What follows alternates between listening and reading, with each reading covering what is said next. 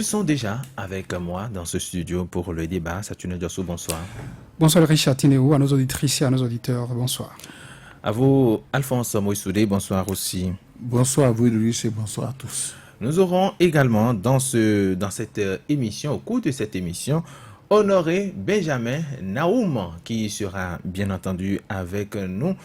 Mais déjà, mesdames et messieurs, je vous le disais au début de cette émission, la session extraordinaire qui devrait permettre aux parlementaires ce lundi 18 mars 2019 de se pencher sur les propositions faites par les formations politiques pour sortir de l'impasse n'a pas pu permettre de passer au scanner les différentes propositions. L'audience d'hier a toutefois permis au président de l'Assemblée nationale de transmettre à la commission des lois du Parlement les propositions faites. De ce fait, la session a été renvoyée au jeudi 21 mars 2019. Les débats proprement dit n'interviendront donc que dans moins de 72 heures en vue d'une décision consensuelle pour dégeler la situation actuelle. En somme, on retient à la date d'aujourd'hui que la commission des lois de l'Assemblée nationale a sur sa table 3 propositions de loi. Qu'est-ce qu'on peut déjà retenir, Saturne Diosso, des propositions de loi, parlant notamment, il y a cette proposition de loi dérogatoire, modificative et complétive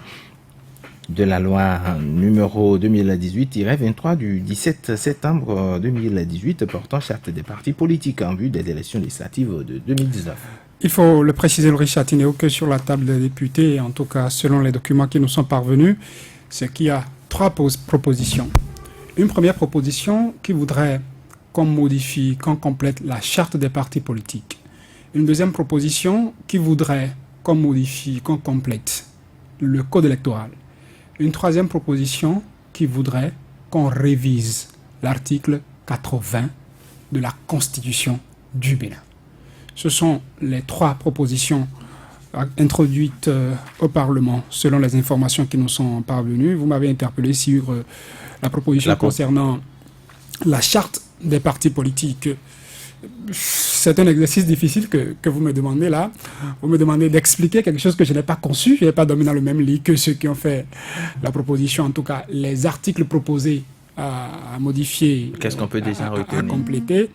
Je vais quand même faire l'exercice, cet exercice périlleux. Il faut retenir que la proposition au Parlement concernant la modification ou ce qu'il faudra compléter la charte des partis politiques comporte 5 articles. C'est ça. Quand on dit qu'on veut modifier, on veut compléter, qu'est-ce qu'on veut modifier, qu'est-ce qu'on veut compléter dans la charte des partis politiques? Je vais essayer d'y aller comme quelqu'un le dirait en français facile. D'abord, l'article 1er de la proposition déposée au Parlement, l'article de la charte en vigueur visé est l'article 56. L'article 56 dans la charte en vigueur. Cet article fait partie des dispositions transitoires. Quand on dit transitoire, on entend transition, on peut entendre mutation. Il y a donc, puisqu'on parle de transition, passage d'un état A à un état B. Et ceux qui doivent passer de cet état A à l'état B sont les partis politiques qui existaient déjà avant la promulgation de la charte des partis politiques en vigueur. Ces partis qui existaient déjà doivent se conformer aux nouvelles modalités de la nouvelle charte. Ils doivent faire la mutation, la transition de leur ancien état, donc à l'état actuel. Ils doivent, ces partis, entre autres, avoir désormais 15 membres fondateurs par commune, comme c'est indiqué à l'article 16 de la charte en vigueur. Et pour faire la mutation, pour faire la transition, la nouvelle charte, dans son article 56, puisque je parlais de cet article visé, la nouvelle charte a donné 6 mois aux partis politiques qui existaient déjà dès sa promulgation. Et les 6 mois, comme on l'a dit déjà par le passé, sont arrivés à expiration le 16 mars dernier, sans que ces partis anciens n'aient pu avoir leur certificat de mise en conformité. Et puisqu'ils n'ont pas eu le fameux certificat de mise en conformité, a priori, on pourrait dire que à la date d'aujourd'hui, 19 mars, puisque le 16 mars est passé, à la date d'aujourd'hui, c'est que ces partis n'ont plus une existence juridique. Ils n'existent plus. Si on devrait tabler sur des preuves de première conséquence.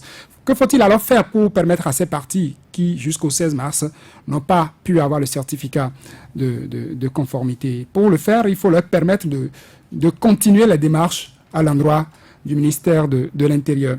Et la réponse que ceux-là qui ont fait la proposition ont certainement trouvé en voulant modifier est qu'il faudra donc, comme je l'ai dit, donner plus de délai aux partis qui n'ont pas encore eu le certificat de conformité afin qu'ils continuent la démarche à l'endroit du ministre de l'Intérieur. D'où l'article 1er de la proposition à l'Assemblée nationale qui dit que, je paraphrase un peu, nonobstant, malgré les dispositions de l'article 56, c'est-à-dire malgré l'expiration des 6 mois que donne l'article 56 pour se conformer, les partis qui n'ont pas encore le certificat de mise en conformité ont 10 jours supplémentaires pour continuer les démarches dans ce sens. Si je dois donner un exemple, c'est comme si vous allez à un concours et la date de clôture pour le dépôt des dossiers est pour aujourd'hui, 19 mars, à 18h. Il est déjà à 19h.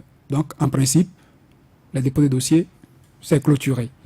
Mais les organisateurs se sont rendus compte, je paraphrase toujours, qu'il y a d'autres personnes qui voudraient aller à ce concours, mais qui n'ont pas pu déposer leur dossier. Qu'est-ce qu'ils ont décidé alors? Ils ont décidé de donner 10 jours, de rouvrir le dépôt des dossiers pour 10 jours, afin de permettre aux candidats qui veulent participer à ce concours et qui n'ont pas encore réussi à déposer leur dossier d'y aller. C'est un peu pour moi l'esprit de l'article 1er qui a été proposé donc pour modifier la charte des partis politiques. J'en viens à l'article 2 de la proposition au Parlement. Cet article, lui, revient sur la notion de membre fondateur. Qu'il vous souvienne que l'une des raisons avancées par le ministre de l'Intérieur et défendue par le président de la République pour déclarer non conforme des partis qui ont introduit leur dossier était que ces partis ont fait du faux, auraient fait du faux, au dire du président de la République, même parce que ces partis ont donné le titre de membre fondateur à des personnes qui n'étaient pas au congrès de création de ces partis-là, mais qui étaient au congrès de mise en conformité, puisqu'il fallait se mettre en conformité.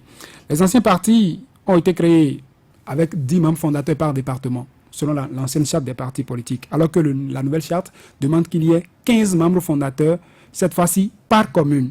Pour donc se conformer, pour se mettre en conformité, ces partis qui existaient déjà devaient forcément augmenter, étoffer le nombre des membres fondateurs. Ils l'ont fait pour passer de 10 au plan départemental à 15 au plan communal, mais le gouvernement les a accusés d'avoir appelé membres fondateurs des personnes qui ont été ajoutées à la mise en conformité.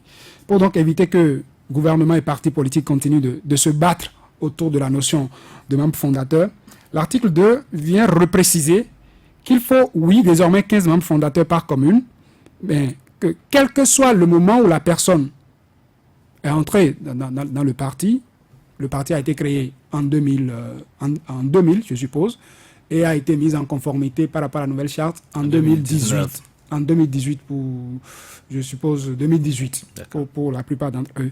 Si en 2018, des personnes qui ont été complétées à la liste de membres fondateurs, si le parti décide de leur donner le titre de membre fondateur, l'article 2 dont je parle vient préciser et dire que dès que le parti décide que le riche, même si c'est aujourd'hui que vous rentrez dans le parti, je vous donne le titre de membre fondateur, il n'appartient plus à personne de remettre en cause ce titre que le parti donne à une riche. C'est comme ce qui s'est passé au Palais de la Marina, je rappelle, où on a dit, telle personne est venue dans le parti en 2018, n'était pas au congrès de création en 2000, donc n'est pas membre fondateur.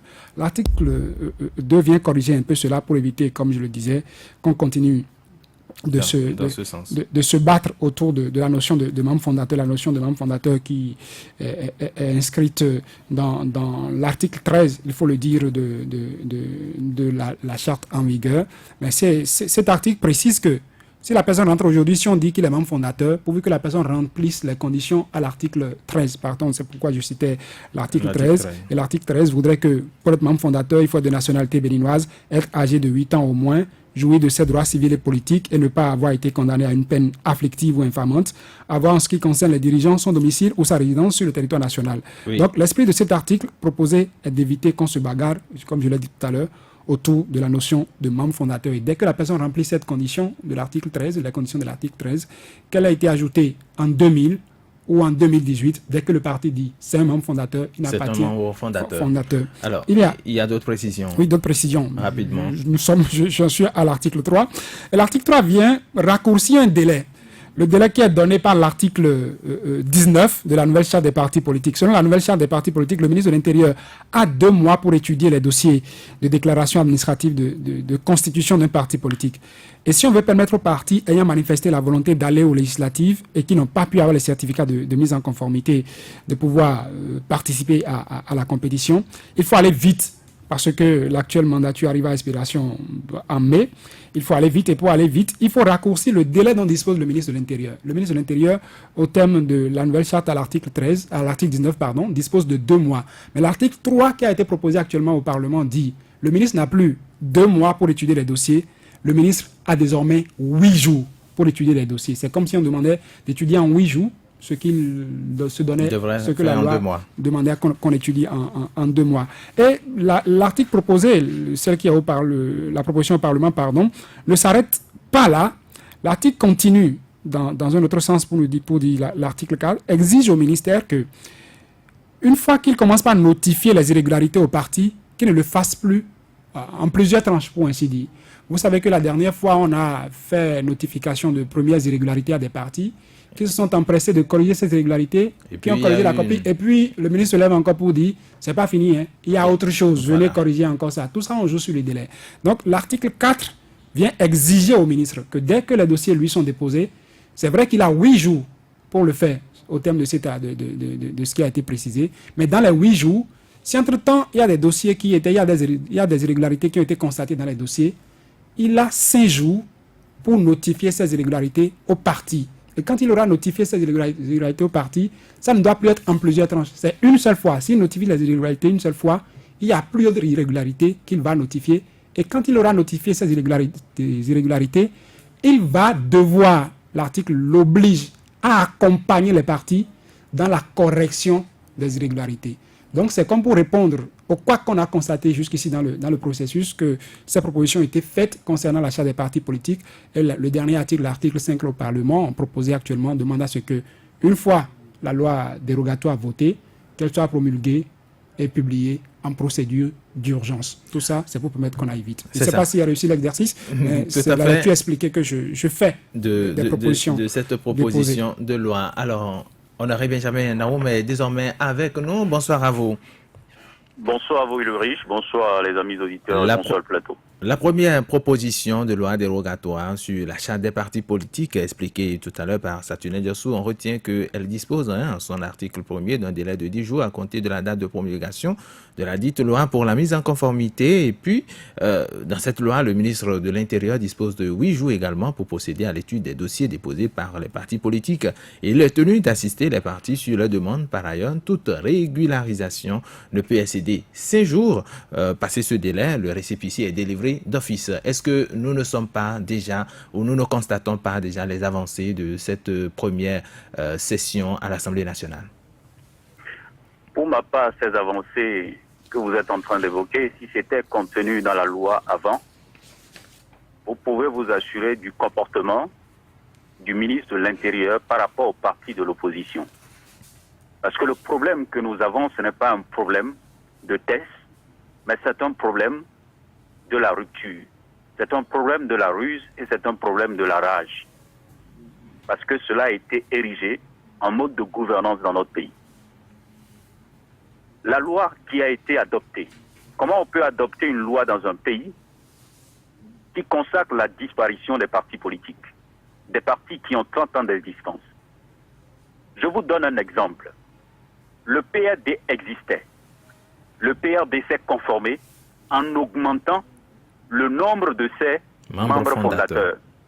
Et le PRD a reçu son récépissé. L'USL, qui existait déjà, a augmenté ses membres fondateurs, mais n'a pas reçu son récépissé. Est-ce que c'est la loi qui a fait ça? Non. Des êtres humains mal intentionnés qui ont décidé de mettre tout simplement le pays dans une situation compliquée, dans une situation difficile. Donc ce que nous avons là, ce n'est pas un problème de test, ce n'est pas un problème de réforme à l'Assemblée nationale. Mais cette loi dérogatoire vient corriger quand même un peu les choses. Ça vient corriger.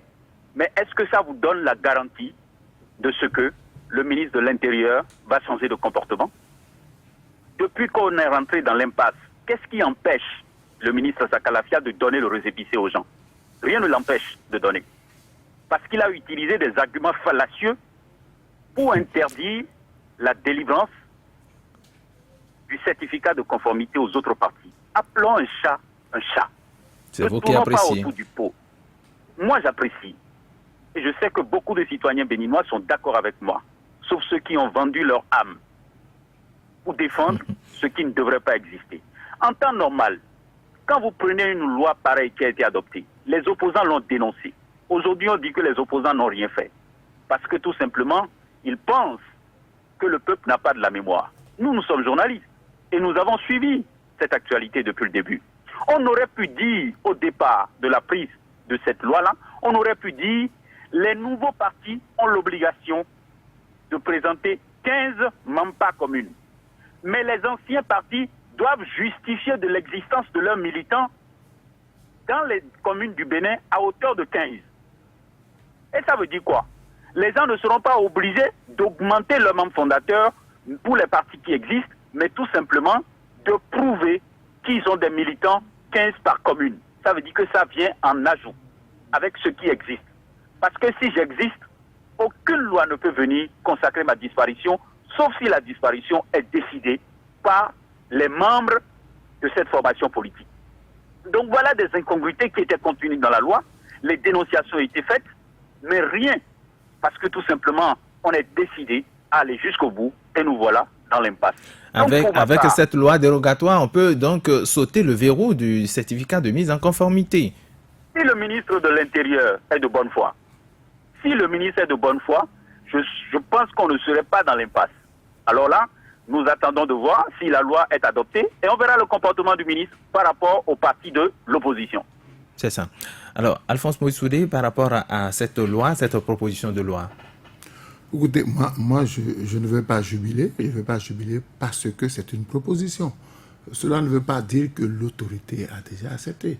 Il faudrait... Non, mais la plénière va statuer sur cette loi le jeudi prochain. Non, il faut constater que les deux autres blocs qui ont été retenus n'entendent pas accepter quelques modifications que ce soit, parce qu'ils se disent que eux, ils ne se reprochent rien, ils sont en règle. Nous parlons de consensus actuellement. Écoutez, non, il faut suivre un peu ce que les gens disent. Est-ce qu'ils sont d'accord pour le consensus? Parce que c'est là, c'est bon de proposer les lois, il faut les soumettre au vote. Maintenant, si ceux qui doivent vous aider à voter ces lois, c'est-à-dire notamment le bloc BMP, si les gens estiment que eux, leurs deux blocs ne se reprochent rien et que leurs deux blocs sont à jour vis-à-vis de la loi, il sera difficile.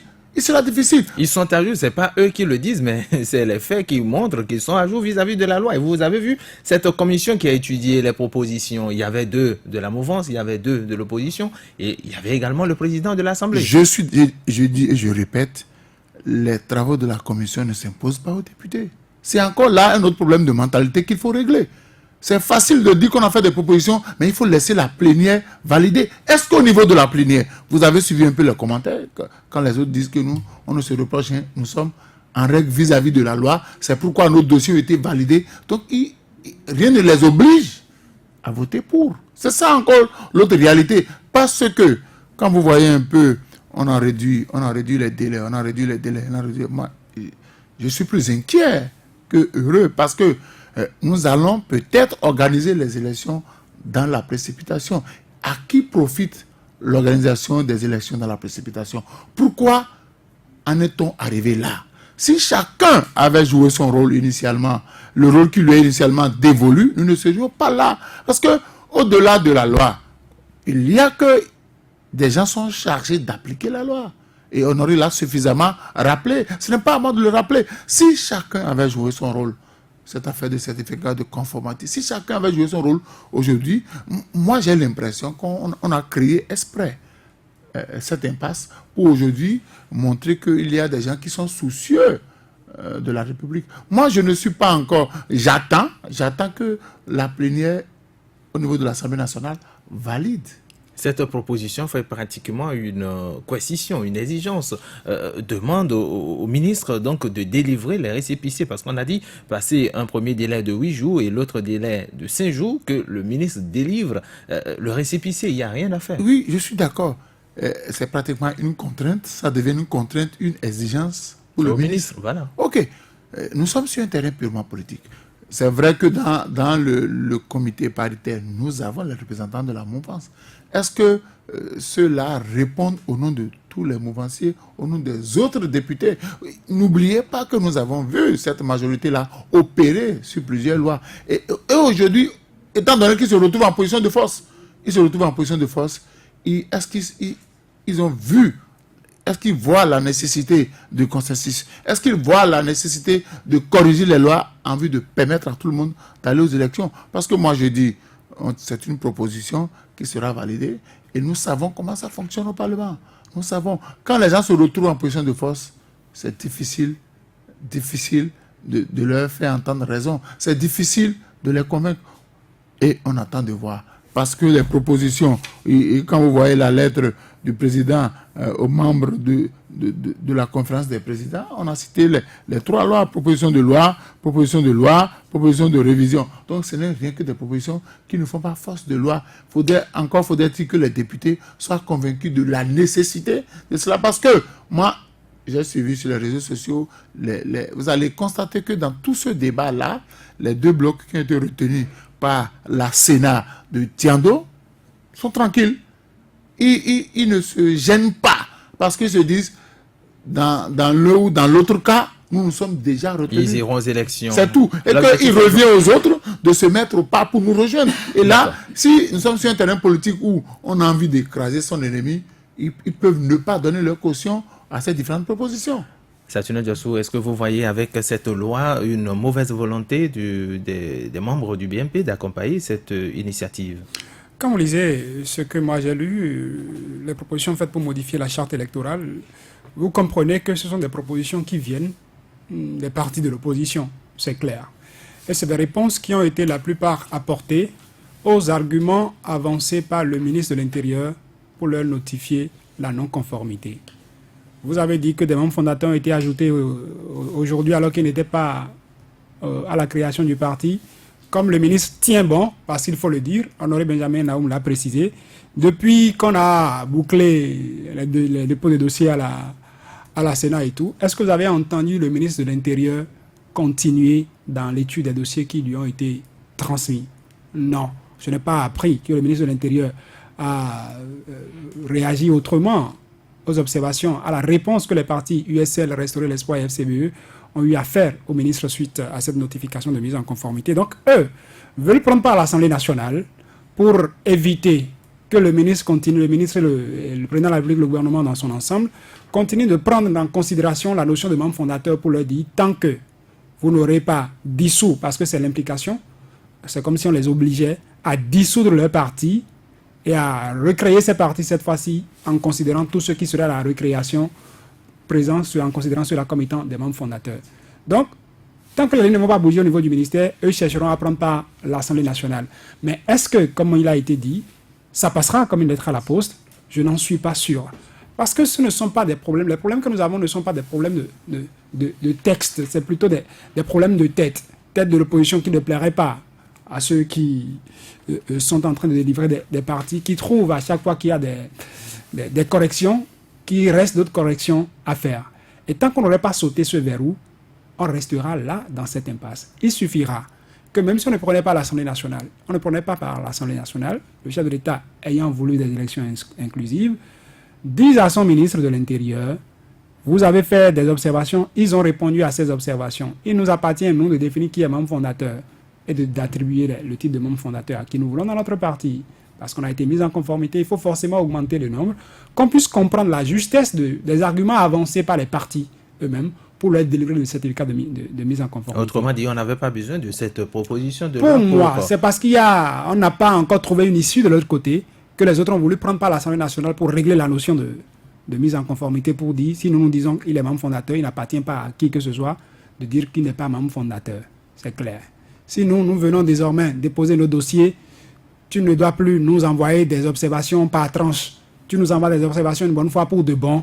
Et quand on veut les corriger, tu nous assistes. Tu ne nous laisses pas corriger, renvoyer ça pour que tu dises encore il y a autre chose. Donc tout ça, c'est parce que les gens ne sont pas rassurés. Les partenaires en présence ne sont pas rassurés. On soupçonne l'autre d'avoir toujours derrière la tête des astuces, des tours pour mettre des crocs en jambe, soit quand on viendrait devant lui, qu'on reste dans cette suspicion et on ne sortira pas d'affaire quand ce sera le cas.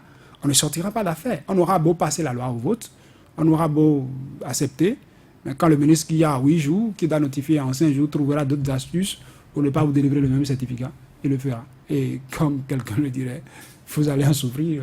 Mais vous ne pouvez rien faire. C'est vous qui avez complété cette loi.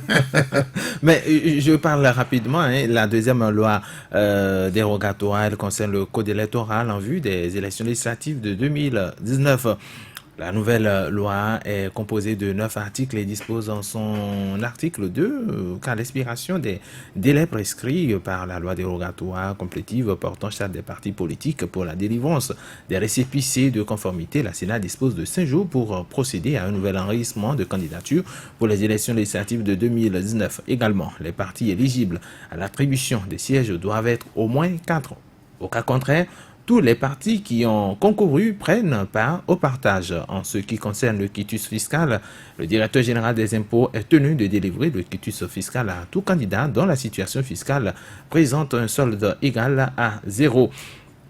Mais la dernière loi concerne la révision de la Constitution, comme vous l'avez évoqué tout à l'heure, la Constitution du 11 décembre 1991, en son article 80. Dans les termes de l'article 80 nouveau, il a été adjoint un alinéa 2 qui dispose lorsque le renouvellement à bonne date de l'Assemblée nationale est compromis par les menaces graves de la paix sociale, l'Assemblée nationale peut proroger le mandat en cours d'un délai qui ne peut excéder 45 jours par un vote au 5/6e des députés composant l'Assemblée nationale. Nous allons écouter à cet effet le président de l'Assemblée nationale, Maître Adrien Ongwedi, avant de donner la parole à Honoré Benjamin Naoum. Grand espoir est que le consensus auquel nous sommes parvenus au sein du comité puisse également se traduire au niveau de la plénière pour que ces propositions-là deviennent désormais des lois. Voilà ce que je pouvais. Mais dès lors que nous allons toucher à un article de la Constitution, c'est une révision de la Constitution, mais uniquement en ce qui concerne la durée du mandat des députés. Si on n'y touche pas, je ne sais pas comment nous pourrons, d'ici le 28 avril, faire les élections. C'est ça qui nous a amené à proposer que le mandat des députés puisse être prorogé de 45 jours, c'est-à-dire 1 mois et demi, pour que nous puissions faire les élections. Et le texte est très clair, vous l'avez ici, je ne sais pas si vous l'avez lu. Voilà. Lorsque le renouvellement à bonne date de l'Assemblée nationale est compromis par des menaces graves à la paix sociale, l'Assemblée nationale peut proroger le mandat en cours d'un délai qui ne peut excéder 45 jours. Et nous avons renforcé la majorité nécessaire pour faire cette modification, alors que la révision ordinaire de la Constitution nécessite une majorité de 4/5e, nous avons mis que le vote doit être acquis à la majorité de 5/6e. Donc nous avons pris des précautions. Cela étant, si nous n'y arrivons pas, si nous n'arrivons pas à obtenir cette majorité, qu'est-ce que nous allons faire? Je vais proposer à l'Assemblée nationale de voter une loi qui permette de faire les élections dans le délai prévu. Et donc là où nous avons prévu 8 jours, on mettra 2 jours. Là, on a prévu 10 jours, on mettra 1 jour. Bon, on fera quelque chose dans la précipitation. On fera plein d'erreurs. Mais on va le faire pour que à la date du 15 mai, bon, élection bâclée ou pas, qu'on les fasse. Je pense que, étant donné que ce n'est pas consensus que nous avons fait ces propositions, je pense qu'en plénière, ça devrait également passer sans consensus. Mais on ne sait jamais. Si d'aventure c'était rejeté, nous allons introduire immédiatement une proposition de loi qui va raccourcir tous les délais. C'est-à-dire là où on donne 8 jours au ministère de l'Intérieur pour faire... On donnera 2 jours. Là où on donne aux partis politiques 8 jours pour se faire enregistrer, on leur donnera une journée. Bon, on va tenir dans les délais. Vous êtes satisfait? Voilà, donc pour tenir dans le délai, on peut faire les choses de façon bâclée. Bon, je crois que c'est le président de l'Assemblée nationale qui a lâché le mot à l'instant, Maître Adrien Ongwedi. Honoré Benjamin Naoum, vous avez suivi cette réaction du président de l'Assemblée nationale. Qu'est-ce que vous pensez véritablement de ces 3 propositions de loi? Parce que ce que cache certainement cette réaction du président, c'est que sans cette loi, sans cette proposition de loi, sans avoir prolongé le mandat des députés, sans avoir révisé la Constitution, les 2 autres lois ne serviraient à rien. Je voudrais prendre la parole au moment où on faisait le débat sur le premier sujet, mais étant au téléphone, je n'ai pas pu. C'est ça. C'est juste pour vous dire rapidement ceci. les premières propositions que vous aviez évoquées Oui. ne donnent en rien la garantie aux partis de l'opposition d'avoir leur récépissé. Parce que si vous avez un problème de méchanceté et que vous allez trouver des solutions de délai, l'objectif n'est pas atteint. Parce que si on vote cette loi et que le ministre Sakalafia adresse comme observation à l'USL, à Restaurer l'Espoir, au FCBE et autres, que pourquoi de façon miraculeuse, ils ont augmenté le membre fondateur, ça veut dire que vous êtes obligés, vous, partis de l'opposition, de disparaître. Sinon, vous n'aurez jamais de récépissé. Donc, pour vous dire, et je le martèle, cette proposition-là ne sort pas les partis de l'opposition d'affaires. Je passe à votre seconde préoccupation, Okay. qui concerne bien entendu la révision de la Constitution. J'ai souri. Et je voudrais vous faire observer quelque chose. Celui qui a parlé, c'est le président de l'Assemblée nationale. Et je voudrais vous inviter à ne jamais faire confiance en quelqu'un dont plane sur sa tête une probable arrestation. Vous savez qu'il y a Je un ne vous dossier comprends pas. subitement. Honoré Benjamin attendez. Naoum, du coup, vous devenez... je n'arrive plus à vous suivre. Ah, monsieur, d'accord, je m'explique. Le président Mais de l'Assemblée nationale, il y a quelques jours, Il vous suit. quelqu'un Il a trouve, saisi- il trouve seulement que c'est trop fort, ce que vous évoquez. D'accord. Oui, il va comprendre, il va comprendre. Ce que je voudrais vous dire, c'est quoi? Quand vous prenez le président de l'Assemblée nationale, il y a quelques jours, il a été convoqué par la justice. Il paraît qu'on l'a même écouté chez lui. Donc, s'il est dans un état d'esprit pareil, mais on peut le manipuler, on peut le tromper, on peut utiliser la ruse pour le mettre en difficulté. C'est pour vous dire que cette proposition de révision de la Constitution est insipide. C'est fade. Ça n'a aucun sens. Aucun sens. Mais D'autant plus que le président de l'Assemblée nationale lui-même, il dit que si la révision ne marche pas, il y a une seconde formule plus simple. Pourquoi ne pas aller à cette formule simple immédiatement? mais il dit, il a donné la raison. Il a dit qu'ils seront obligés d'écouter les autres délais. Il n'y a aucune raison, Ulrich, il n'y a aucune raison qui peut nous amener, j'insiste là-dessus, à une révision de la Constitution. Vous Le voulez qu'on problème organise que des nous élections avons- bâclées? Qu'est-ce que vous appelez élection bâclée? Tous les Béninois savent déjà pour qui ils vont voter. Ceux qui vont choisir la rupture et continuer avec la rage se connaissent. Mais Ceux les qui vont élections... choisir l'opposition se connaissent. Ceux qui vont choisir l'abstention se connaissent. Ceux qui vont rester chez eux, même si c'est contraire aux lois de la République, parce qu'il faut aller voter, se connaissent également. Donc, décider par exemple de réduire la durée des campagnes électorales, ça n'aura aucun impact, je peux vous assurer, sur l'organisation du scrutin. Ce que nous avons à faire, et l'Assemblée nationale doit comprendre la chose, pour ôter de l'esprit cette proposition insipide de révision de la Constitution, c'est de revoir les calendriers. C'est de prendre une disposition qui réduit les délais au niveau de la Sénat. Et donc on ouvre les dossiers, les candidats, les partis qui ne sont pas détenteurs de leur certificat de conformité, que le ministre délivre cela et que la Sénat ouvre les dossiers pour que les gens aillent déposer. La réponse, c'est cette réponse-là qui est simple. Tant que le président de l'Assemblée nationale dit si la révision ne marche pas, on ira à une solution simple. C'est la solution simple qui va faciliter la tâche aux uns et aux autres. Et parce que si vous ouvrez la boîte de Pandore de la révision de la Constitution, vous serez étonnés. Parce que les amendements vont pleuvoir. Lui, il vous dit à travers une conférence de presse pour dire que ils ont déjà retenu. Qui a retenu? Qui a fait cette proposition? Il parle comme si les opposants ont fait cette proposition. Les opposants font partie de cette commission qui a statué sur les propositions. Faire partie d'une commission, ça veut dire que la proposition émane de vous? Faire partie d'une commission, ça veut dire que la proposition émane... Il devrait nous dire qui a fait cette proposition, qui a sorti cette idée insipide.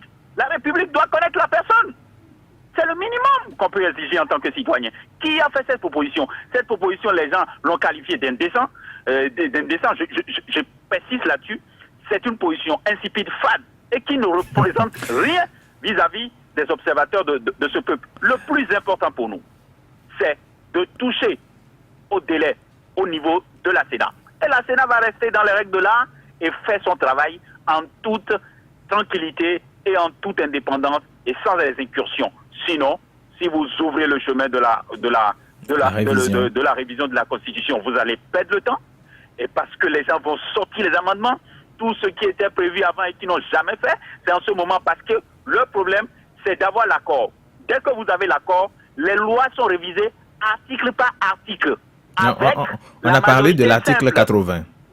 Vous comprenez? La majorité simple. C'est la majorité simple qui révise la Constitution article par article. Je pense que ce peuple ne mérite pas ce piège. Et le président de l'Assemblée nationale devrait se retirer rapidement pour la quiétude des Béninois par rapport à cette proposition et utiliser la proposition simple qui nous facilite la tâche. Il était simplement le président de cette commission. Il a rappelé également que c'est l'article 80 qui sera touché par la Constitution. C'est juste pour régler un problème. Alphonse Moïse Soudé, est-ce que vous ne pensez pas qu'il faut vraiment peut-être toucher à la Constitution pour faciliter les choses, pour ne pas organiser des élections bâclées? Vous savez, on a vu les mêmes députés quand on devait voter la loi sur la fonction publique. Il y a des articles qui n'étaient pas prévus, auxquels on ne devait pas toucher. Mais dans les débats, comme l'a dit Honoré, on va vous glisser des articles qui vont passer tranquillement. N'allons même pas sur ce terrain de toucher à la... Si on commence, vous allez voir de façon simple et habile, on va introduire d'autres articles. Ce n'est pas possible. Parce que ceux qui s'adressent à nous, on les a vus opérer sur le terrain. Ce n'est pas des gens qui... on accorderait le bon Dieu sans confession. Ce n'est pas possible. Et je vous ai dit que nous sommes sur un terrain purement politique. On a dit 5/6e. Hein? J'ai fait le calcul rapide. Ça doit faire 110. Si on va me dire après que le chef de l'État a montré toute sa bonne volonté, le chef de l'État a montré toute sa bonne foi en demandant à l'Assemblée nationale de faire son travail, et que c'est au niveau du Parlement que ça n'a pas marché, parce qu'il y aura des articles qui ne vont pas recueillir l'assentiment de tous les députés. Et si ce nombre-là n'est pas atteint, le coupable est tout désigné. Le coupable est tout désigné. Moi, je crois qu'il est temps qu'on cesse de nous prendre pour des pestiférés. C'est vrai que nous voulons tous de l'élection apaisée. Et ce qui m'a un peu embêté, c'est ce qu'a dit le président.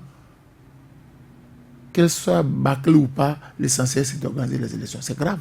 C'est grave et dangereux. Non, il parlait dans un contexte. Quel contexte? Il a dit si cette modification ou cette loi, cette troisième loi, la loi sur la révision par exemple de l'article 80 de la Constitution ne passait pas, voilà, qu'on serait obligé de réduire les autres délais. Là où le ministre, par exemple, a 8 jours pour statuer, la dernière phrase, on dit qu'elle soit bâclée ou pas, l'essentiel est d'organiser. Les élections seront organisées dans ces conditions. Ok. Qu'elle soit bâclée ou pas. Ça veut dire qu'on n'a pas peur d'organiser des élections bâclées. On veut organiser des élections. Et j'ai dit on veut organiser des élections, mais qu'on n'a pas peur d'organiser des élections bâclées. Et je vous ai déjà dit, Rich Atine, aussi sur ce plateau, que depuis le retour du gouvernement des congés, tout ce qui est organisé est planifié. Tout ce qui est organisé est planifié. On savait qu'on allait se retrouver dans cette impasse-là. Puisque l'autre nous a dit qu'il y a eu des fautes légères sur lesquelles on a fermé les yeux. La loi n'a jamais dit ça. Et quand on a fermé les yeux, on a gardé deux parties, on a rejeté les autres. Et aujourd'hui, on veut jouer au bon apôtre, on veut donner la possibilité aux autres de participer aux élections pour que nous puissions organiser des élections inclusives, mais on met encore des pots de banane sur le chemin. Ça veut dire quoi? Le problème, c'est au niveau des comportements, le problème, c'est au niveau des mentalités. Et tant on a beau avoir de très bonnes lois, on a beau avoir de très bonnes initiatives, si au niveau des mentalités, au niveau des comportements, on ne prend pas conscience que nous devons donner à ce pays des modèles, ce n'est pas possible. Ce n'est pas possible. Saturne Diassou, la première législature, je vous rappelle, si mes sources également sont bonnes, la première législature a été installée un 4 avril. Et nous sommes aujourd'hui à un 15 avril pour l'installation des députés. 15 mai. Un 15 mai plutôt, mais jamais la loi fondamentale n'a été touchée. Pourquoi aujourd'hui cette nécessité, au regard des explications du président de l'Assemblée nationale, qu'est-ce que vous pensez? Moi, je pense que chacun défend ses propositions. Hein. Honoré Benjamin Naoum demandait la personne qui a proposé la révision de l'article 80. C'était la commission, c'est la commission. Non, Guy Mitokwe nous disait la dernière fois à l'antenne que ce sont les députés de la majorité qui souhaitent qu'on touche à l'article 80 de la Constitution et qu'eux, ils ne sont pas dans cette logique-là. Donc on sait que la proposition de réviser l'article 80 de notre Constitution ne vient pas des députés de l'opposition ou ne vient pas des partis politiques de l'opposition, puisqu'on parle de consensus élargi aux partis qui ont manifesté la volonté d'être assez législative. Et si vous écoutez Adrien Ngwedi, Honoré l'a souligné, pourquoi faire de la révision de la Constitution, la révision de cet article 20, ce qui est prioritaire, alors qu'on sait que, au cas où cela échouerait, on a une autre option, l'option de raccourcir les délais. Et raccourcir les délais, c'est en venir à la proposition que les partis de l'opposition ont déposée sur la table. Autant y aller directement. Autant y aller directement. Si on a la possibilité maintenant de raccourcir les délais, qu'une fois la proposition des partis de l'opposition adoptée, parce que dans ce qu'ils ont proposé pour modifier le code électoral, ils demandent au président de la République de convoquer le code électoral 8 jours après la promulgation de cette loi dérogatoire et que les législatives se tiennent dans les 45 jours qui précède la fin du mandat de la législature actuelle. Elle prendra fin, cette mandature, le 15 mai. Oui. 45 jours en arrière, c'est que nous tiendrons dans les délais. En fonction de ce délai, eux, ils ont eu certainement à faire des répartitions. La Sénat... Ils ont parlé de la Sénat, ils ont parlé également du ministère de l'Intérieur. Ils ont dit, le ministère, au départ, avait 2 mois. Maintenant, le ministère aura 8 jours. Si cette loi passait... Ça, c'est au niveau de l'achat des partis politiques. Au niveau du code électoral, les gens ont mis des garde-fous. Ils ne voudraient, par exemple, que, comme on a connu récemment, pendant que les partis courent pour avoir le certificat de mise en conformité au ministère de l'Intérieur, que le dépôt des candidatures soit ouvert déjà à la Sénat. Ils donnent 5 jours supplémentaires à la Sénat, mais les 5 jours que la Sénat doit ouvrir pour avoir d'autres candidatures commencent dès la fin, en quelque sorte, de la clôture du délai imparti au ministère de l'Intérieur pour délivrer les documents qui sont à délivrer. Donc je pense que cette option de raccourcir les délais est déjà sur la table des députés. Mais s'il y en a qui font l'option de ne pas considérer ça pour le moment et de considérer la révision de l'article 80 de la Constitution de notre pays, ils savent peut-être pourquoi ils le disent. Oui, ils disent que c'est vrai que quand on a un délai plus élargi pour organiser les choses, a priori, c'est qu'on dispose de temps. La marge d'erreur est limitée. Tout à fait. Et quand on sait qu'on fait moins d'erreurs, c'est qu'on évite plus les contestations. Voilà. Donc, disposer de plus de temps pour organiser, ce n'est pas mauvais que de le demander. Mais est-ce que, au moment où on pense que dès que ça va échouer, on a la possibilité de raccourcir les délais, pourquoi ne pas aller déjà là et concentrer toutes les énergies là-dessus, au lieu d'attendre que l'option prioritaire soit la révision de l'article 80 de la Constitution pour augmenter de 45 jours, je pense, le mandat des députés de l'actuelle législature. Mais si c'est seulement touché à l'article 80, est-ce que cela vous gênerait? Est-ce qu'il faut dire... Je ne dirais pas comme Honoré Benjamin Naoum qu'il ne faudrait pas faire confiance à un homme qui est poursuivi par des convocations devant une brigade criminelle. Je ne voudrais pas le dire parce que je ne pense pas qu'il y aurait une influence particulière. Cette convocation, cette procédure ouverte devant la brigade criminelle aurait des influences particulières sur Adrien Ngwedi. Quand il ira à l'Assemblée nationale, il n'aura qu'une seule voix. C'est la voix du député, Adrien Ngwedi. Tout à fait. Donc, c'est pas lui qui va voter, on va dire, bon, c'est les 4/5e, Alphonse Moïse Soulé faisait le calcul tout à l'heure, je crois 82 députés. 65. 82 députés fois 5, ça doit faire 410. 410 divisé par 6, nous sommes à 68,33, 68 poussières de députés. Je trouve qu'il faut 68 voix au moins. Et Adrien Ngwedi n'a qu'une seule voix. Donc je trouve que ça ne passera pas, ça ne dépendra pas de lui que ça passe ou ça casse. Voilà. Ceux qui défendent cette proposition savent ce pourquoi ils la défendent. Mais quand vous êtes député et vous ouvrez la brèche pour dire nous révisons l'article 80 et puis avoir d'autres articles qui s'y glisseraient, on peut se retrouver à la fin, on vous dira que nous sommes dans une nouvelle république. Et parce qu'on est dans une nouvelle république, on peut. C'est ça. Donc, il vaut mieux Être très prudent. être prudent, Il faut être circonscrire prudent, d'éventuels dégâts que de chercher à ouvrir, comme l'autre l'avait dit, la boîte de Pandore. Il faut également se faire confiance. Honoré Benjamin Naoum, je suppose qu'à la plénière du jeudi, on commence par le vote de la loi sur la révision de la Constitution et que ça échoue.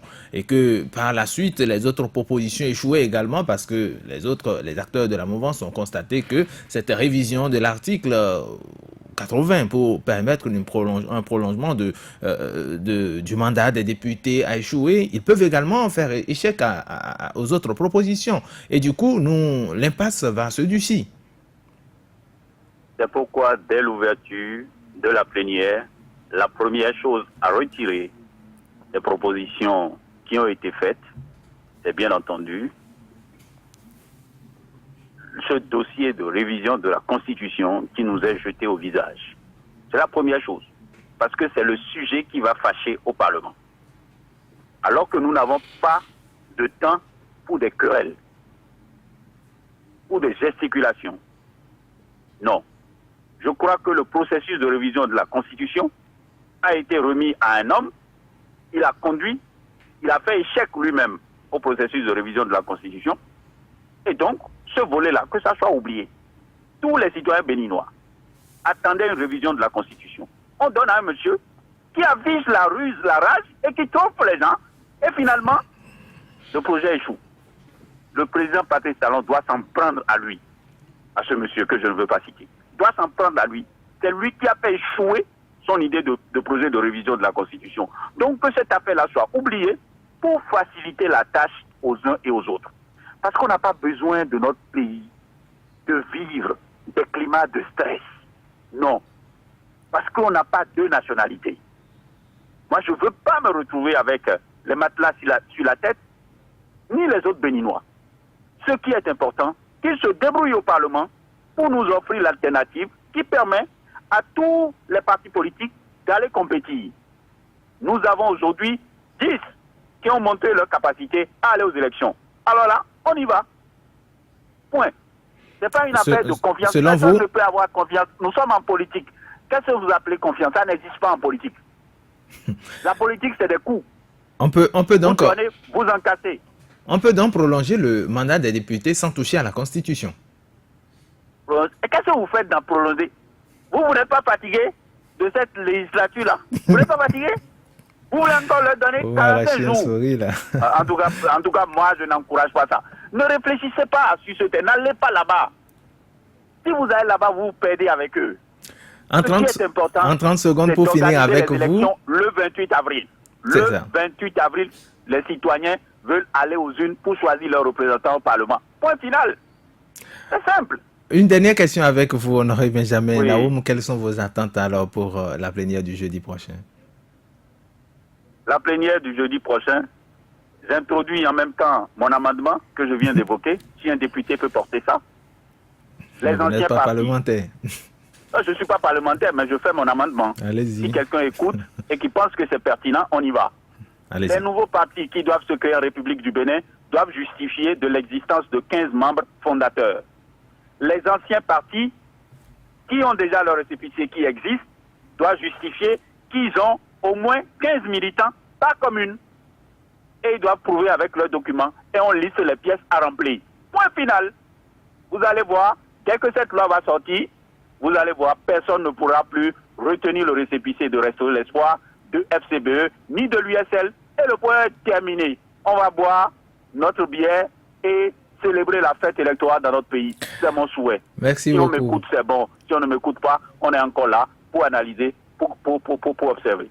Merci pour vos points de vue, vos prises de position. Alphonse Moïsouli, qu'est-ce qu'on peut déjà retenir de cette plénière du jeudi qui va donc s'ouvrir sur fond de tension probablement? Vous savez, il vaudrait mieux que la plénière se pense sur l'alternative qui va nous sortir de crise, c'est-à-dire raccourcir les délais, que l'on ne parle même pas de révision de l'article 80, que l'on n'accorde même pas un jour de plus à cette 7e législature qui nous a vraiment fait du mal. On n'en veut plus.